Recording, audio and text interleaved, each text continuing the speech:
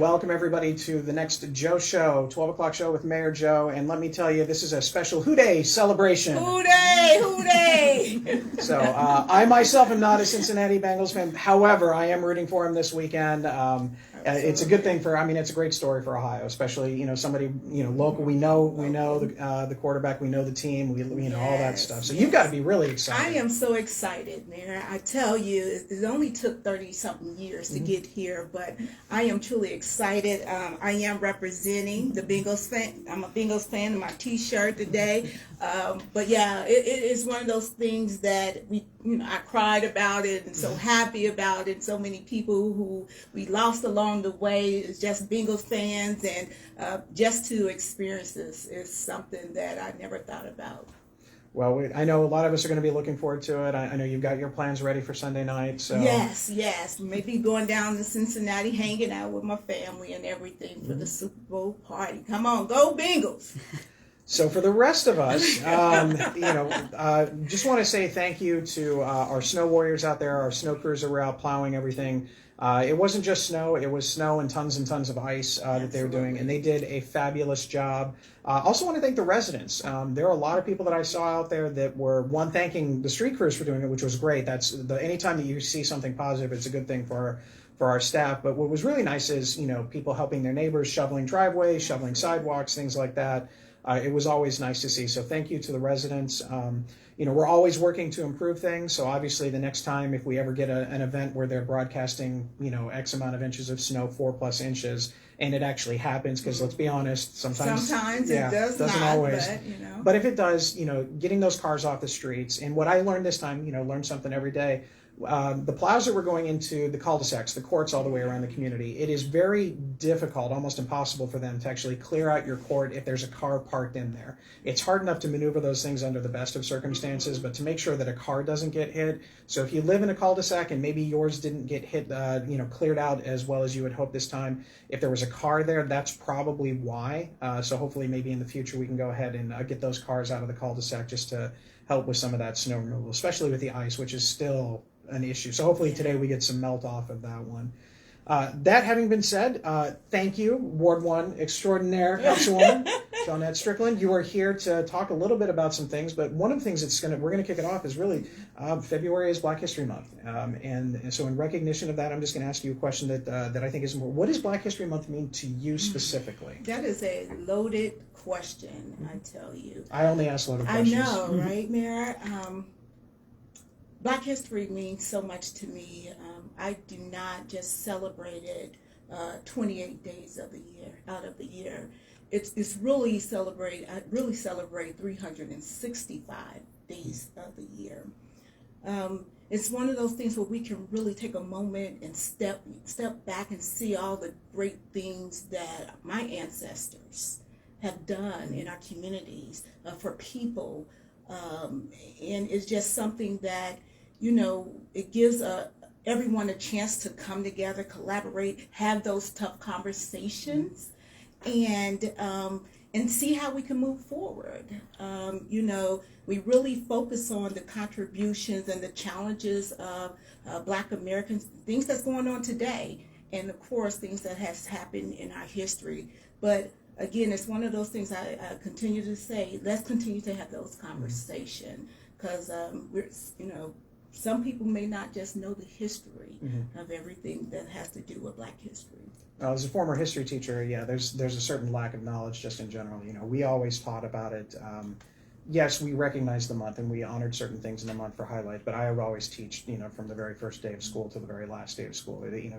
Black history is American history. American history is Black history, and you have to kind of combine those things. And anything that we can do to recognize it and to help kind of spread that awareness and understanding of what African Americans have gone through in the United States history. It's everybody likes to say, well, that happened 200 years ago. Why are we still talking about it? Well, you're darn right we're still talking about it, because the things that happened then impact us today. And absolutely. So I appreciate that. That's a great answer for as you said, a loaded question. It truly is. But thank you. You're welcome. Yeah. Now, obviously, you're really busy. We've got council, all sorts of council things going on. So tell us, can you kind of give us an update on what we're talking about with council and things like that? Yeah, so council is always busy. We are really trying to make sure that we are reaching our constituents, our neighbors, having those conversations, coming to the mayor and seeing what we can do better in our community and making sure that our community is moving forward. Most recently, we continue to have those conversations about the sidewalks and how we can make sure we get sidewalks in our neighborhoods. Simple things like that. And also, we continue to have those conversations about development. As our city continues to grow, we need to make sure that we have the housing. We need to make sure that we bring in opportunity here for our residents so we can have a live, work, and play city. Because again, I believe Reynoldsburg we are the best city here in Central Ohio, and a lot of people are recognizing that. They're starting to figure it out, aren't they? Absolutely. Now, a couple weeks ago, you attended a council retreat, and it wasn't as glamorous as that sounds. It's not like you went down to Fort Lauderdale and had a retreat. No, not. You went to the scenic big conference room here at City Hall. Absolutely. So what you guys sat around and you talked, and I was there, the city attorney was there, and we're taking notes. And what did you guys talk about, and did you find the process helpful as far as kind of identifying some goals that council wanted to participate and look at to do this year? I believe that by having us come together and having that retreat, having that opportunity to really talk about city business and how we want to prioritize it was very helpful. Mm-hmm. And as the mayor stated, we were right here at City Hall and really just having those conversations. Council members had so many thoughts and so many ideas, things that we wanted to do. Mm-hmm. But again, we want to make sure that, when we prioritizing, making sure those are action items, things that we can actually hit, achieve. And so there were a couple top threes that stood out. Again, sidewalks was one of them. I know I talked about a little bit with you about the flood mitigation that's happening here in Reynoldsburg. How can we come up with a plan and also a timeline so we'll be able to share that, right, to the public? And then also with the redevelopment of Bryson Livingston area. So those are the top threes of items or goals that we would like to start really concentrating on, creating timelines, coming up with a plan on how we're going to achieve that. And again, it was really helpful to really listen to the other council members and coming in with their top items or goals to do, and then just voting and having a process and trying to figure out as a city council how we're going to move forward. What I found interesting is listening to, like you said, the different council members, and it was almost as if everybody has the same general idea of some things that they want to accomplish, but they all have their own unique spin, whether it's something specific to a ward like you, or if it's something that kind of generates and goes all the way across. Now, you mentioned 3, but there are actually 3,512 items that were given that we're slowly whittling our way through. But that's going to be something, it's important to see. So, and for those of they're asking what do you mean vote? Basically, it was just a ranking and prioritization after the, all the different ideas. There were probably actually closer to about 35-ish ideas. Close to 40. Kind of identifying which ones are the ones that we can deal with now, and then, how they go through. Because some of them are things that we can deal with in a relatively short fashion. Absolutely. Others are a longer process. It's something that you can't do everything just at once. Right. But it was great to see. I enjoyed it, and I look forward to reporting to council and talking a little bit more about that as we kind of go through, and especially after taking all that time to spend on a Saturday morning. On a Saturday morning, but it was well worth it, and I tell you, by having our mayor there and our attorney there, really, so they can listen in on where we're coming from, and then again, starting those conversations on how we're going to get there, was very helpful. I'm looking forward to maybe next year doing the same thing because priorities may change, but so continuing to having those conversations is going to be very important to the city, to making sure that we are following through what we said we're going to do. Now, one of the things that's interesting is you are doing something new coming up. And it's a way that, it's one thing for you to say, what the priorities are for the city that you feel that we should address, but you have to get that information from the people that live in your ward or that just live in the greater community. So can you tell everybody what exactly are you doing to kind of facilitate those conversations with members of the community?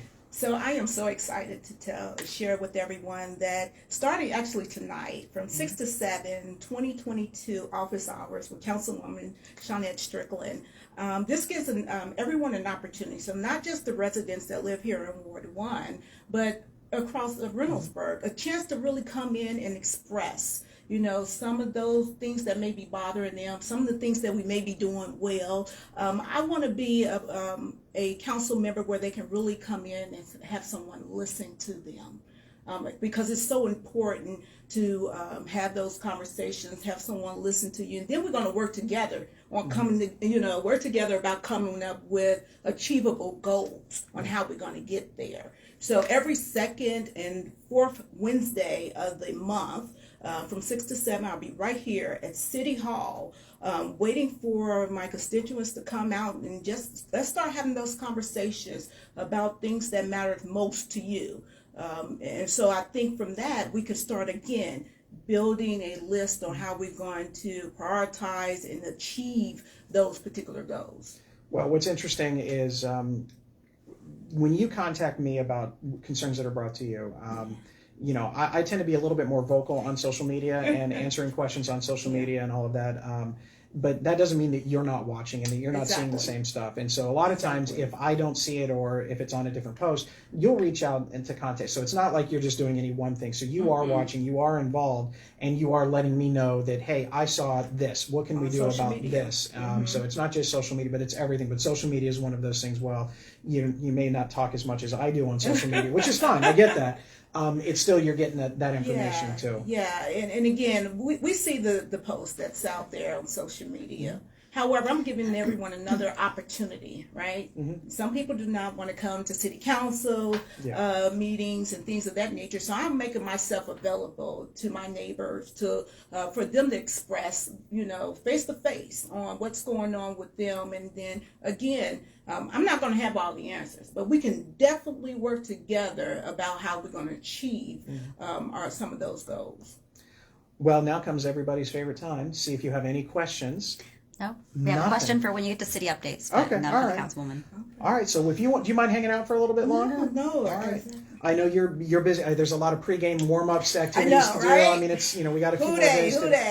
So I just want to shout out to the Lady Raiders girls basketball team on their most recent 2 victories. Actually, a couple days ago, Coach Pertel actually got his 500th career victory. Congratulations! And I think he enjoyed that. But I think last night's game he enjoyed just a little bit more. It was a last-second shot, right under the basket. To beat the Newark girls basketball team, which has kind of been, the thorn in Reynoldsburg's side the last couple of years. So if you get a chance, there's some video of that floating out there. So congratulations to the Lady Raiders in what some people are calling a preview of some of future playoff implications out there. So we're going to be cheering the Lady Raiders on that one. We do have a couple of city updates, so I'm going to talk a little bit first about Main Street. Last weekend we were going to be having to shut down just Lancaster, the access from Lancaster to Main, because we're getting ready to bury the conduits to get those power lines down and things like that. And then apparently we had snow. Dang. So they are going to go ahead and they've rescheduled. It's kind of a good news, bad news thing. The good news is actually I'm going to get the bad news first. The bad news is it's going to be closed from Friday 7 o'clock until sometime Saturday. The good news is because the weather's been relatively good this week and they have made a lot of progress. We're hopeful that when they start on Friday night, they can actually get a lot of this stuff done and hopefully get a majority of it done and taken care of so we can open back up sometime before the big rush crowds come in on Saturday. So for everybody out there that wants to go to Pros, Tempe Taco, Vic's, you still can go. You just have to make a little bit of a detour. We're going to try and make sure that Memorial Plaza is completely open for people to park into. You can also park here at City Hall if you want to and walk on down there if you're doing some activities for Valentine's Day, if you want to go out and get some tacos, or if you're going to go to Prost, I know they've got some things, or just pick up a pizza at Vic's. So make sure you take advantage of those, support those local businesses. Hopefully, they've been through a lot. I met with a couple of the business owners this week, and they've been through a lot, but we're trying to work through it. And hopefully this will be there's going to be a little bit of another hiccup a little bit later on, but it's not going to affect traffic. It's just going to be when we're putting in the new sidewalks and things like that. But this project is going to make that entire area look great. It's kind of ugly right now, but we're doing what we can with it, and hopefully, rip the Band-Aid off, get it taken care of this weekend. So I'll go ahead and take whatever the question is first. The snow warriors were great. Can we enforce a no parking on the street due to incoming weather? We can, but the problem with that is twofold. One, getting the word out that there is no parking on there is a hard thing. I mean, anytime we try and get information out to the city, it's one thing. The second thing, we kind of joked about it. Yeah. Sometimes weathermen and weather forecasters are saying we're going to get 4 inches of snow, 8 inches of snow, Snowmageddon, and then the next day comes up and there's like maybe a dusting. Maybe. It's hard to judge with that. And then the other part of it is, do we really want to, if somebody does park on the street for any number of reasons, do we really want to give them a ticket in the process of that? I mean, especially if you're getting that kind of snow out there. I don't know if that's necessarily the best thing, but I do agree. I think we need to find ways to hopefully better encourage people to be aware of that, to get those cars off the street. And a great way to do that is to register for Reynoldsburg Connects. It's on our website. You can actually go down and register and get those emergency alert buttons. So once you do that, then it's going to flash up there and you'll know that, hey, anywhere from 0 to 180 inches of snow is on its way and you might want to move your car. So those are the things that I think that would be helpful as well. Yeah, and I agree with you, Mayor, that we just have to encourage, our residents to make sure they're able to park in their, driveway, things of that nature, because I hate to take other resources away, the police officer, when they can be doing something else, but I totally agree. Okay. That's it for right now. All right, for right now.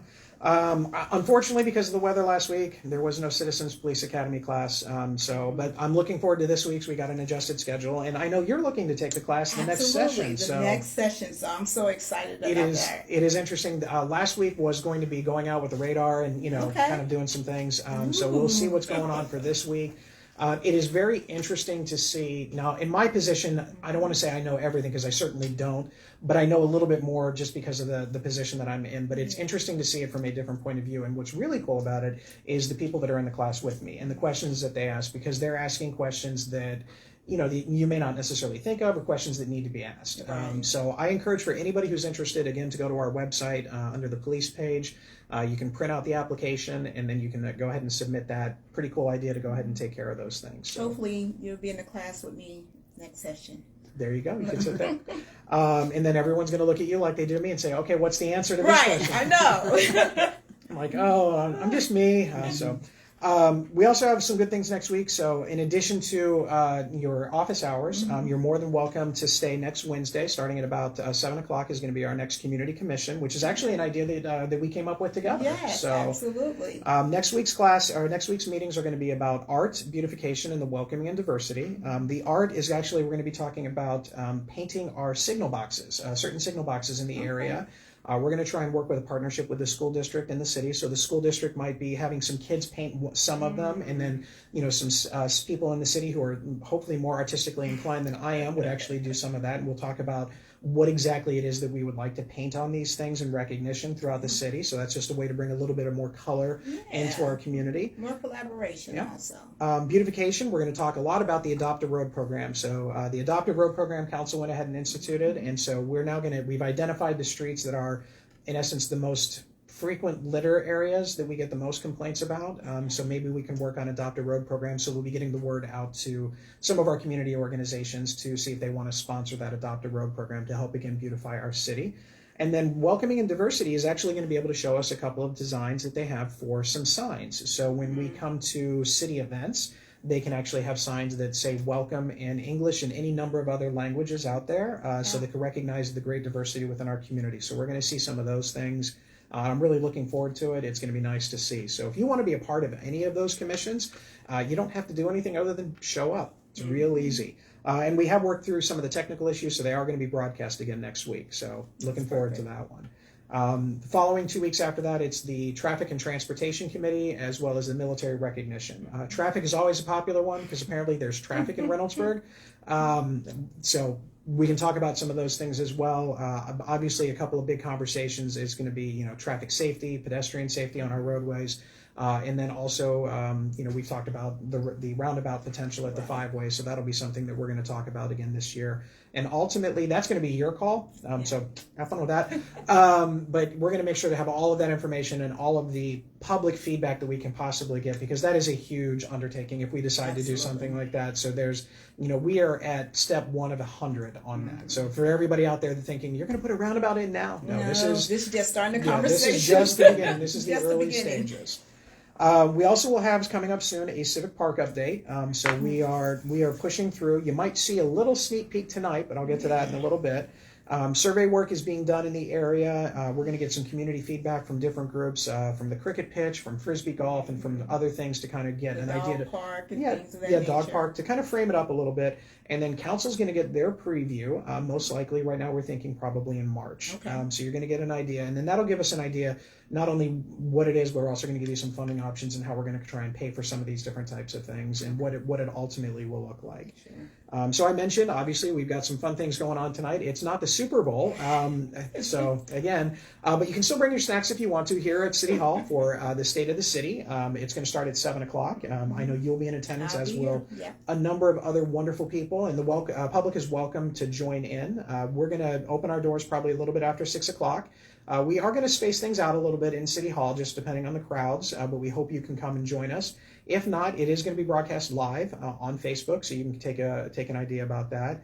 I won't be taking questions from Facebook at the end of the State of the City address tonight, but I will be taking questions inside City Hall. It's just too hard if you're asking on there. People don't hear the questions, and people might not hear questions in City Hall, things like that.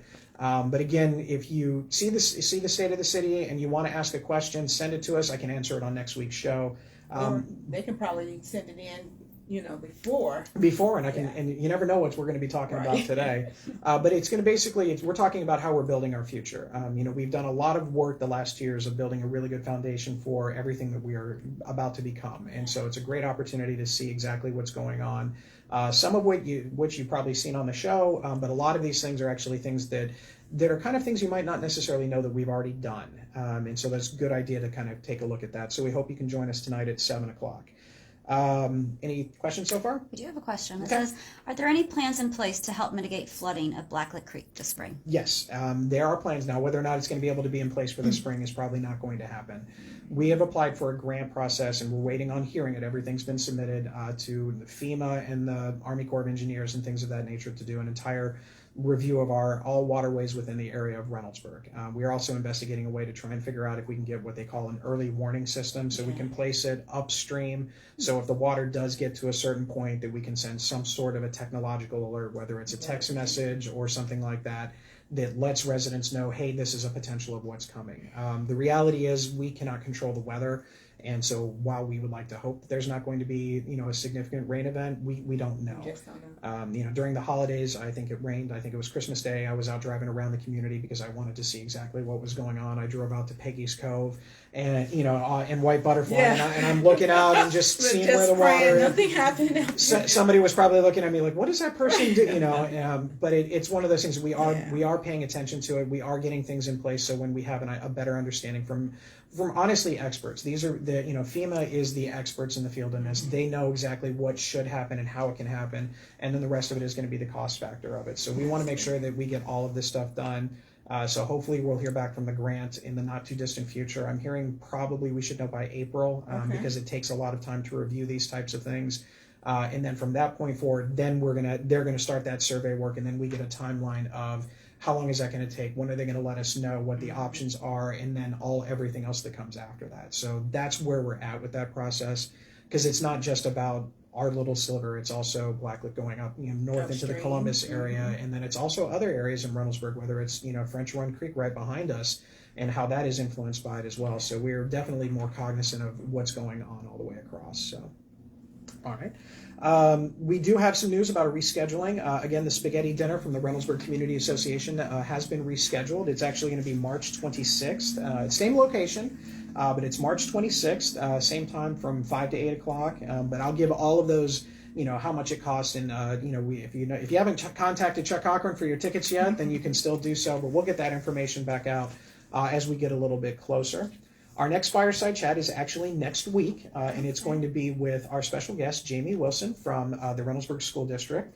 And she's actually the Director of Human Resources. And one of the things that we're going to be talking about next week is our Diversity, Equity, and Inclusion Officer. So we've gotten everything done on our side, and the district is trying to finish off what they want for their half of everything for this partnership. So hopefully we can learn a little bit more about that, because it's up for, I think, its final read on Monday. I believe. And then we have the 30-day wait period, and so hopefully we get that all done and get this position posted so we can bring on this Diversity, Equity, and Inclusion Officer into the city and partner with the school district in that. So I'm really looking forward to talk about that. I'm also looking forward to talk about Jamie, just because she and I knew each other back when I was on the school board, and she was the administrator at Hannah Ashton.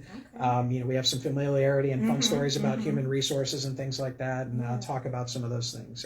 And I'm sure maybe her basketball past may come up a couple of times, just a few. So, any other questions or comments? No. All right, so we did get some late breaking news. The first one is Ohio Health is going to have a COVID-19 mobile vaccine clinic. It's going to be scheduled, it's walk-in and scheduled appointments at the Reynoldsburg YMCA. This actually February 15th and March 8th from 1 to 4:30. You're going to have the Pfizer vaccines as well as the Johnson & Johnson vaccines are there. They're available right now for ages 12 and older, but a parent has to accompany the minors.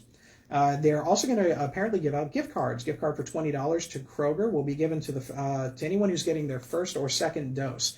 If you're getting your booster shot, I have no idea, but I demand that gift card anyway if you're getting your booster on that one. But we'll get this information. This literally was just handed to me about 2 minutes before the show started. I also did get a question from a resident. I believe this is Pam Perry. She is a longtime watcher of Facebook on this one, and she just wanted me to make sure that we clarify some of the issues with trash cans. So we know that local waste has the very large trash cans, the 96-gallon trash cans. So this is basically what local waste is saying. If you want to have your own trash can at whatever varying size, you're more than welcome to get your own trash can at your size, whatever one that you feel is best for you, and then they'll take the bigger one away. If you want a trash can that is very specific from local waste, a local waste version trash can that is smaller than what it is, those you do have to provide some information to them for it. In this case, it's anyone who has medical conditions that might not necessarily be able to maneuver the big trash can, things like that. However, you don't have to use their trash cans. You can use your own trash cans, and then you're fine. Now, this is not the blue recycling can that has Reynoldsburg. That's recycling that we all want to make sure you follow, but it's the other larger one. If you want them to come pick it up, call local waste. They'll go ahead and make those arrangements all the way. If you want something specific from local waste, you do have to provide some other information that local waste will provide for you. But those are some of the things that are out there. So thank you, Pam, for that one. I hope that helps clarify some things, because I know Pam gets the information right either from this show or right from me when she asks questions. So I appreciate that. That's always a good thing. And I tell you, Mayor, I have contacted local waste a few times, and I tell you, they have been nice and answered all my questions. I just, if a resident have questions, please just give them a call. They are very helpful, getting back, having those answers, and also getting back in contact with you. Yeah, it's a good thing. My favorite thing is, we get to watch a video every now and then, because they actually will have video, because the trucks all have cameras on them, and so if there are any issues, we can actually see those things right up front, which is always an entertaining thing. So, with that, again, any last shout outs for this Sunday? Hoo day! So thank you very much for joining us. Join us next week, but hopefully we'll see you tonight at the State of the City. Please be safe, be respectful, and as always, please put your shopping carts away, especially with all this snow out there. I saw somebody who was probably about 16 years old working his first job at Kroger and just saw all the parking, and you could see the shoulders just go, oh my goodness. So just try and make them corral them back into those cart areas. So we appreciate it. Again, have a great weekend, everybody. We'll see you. Bye.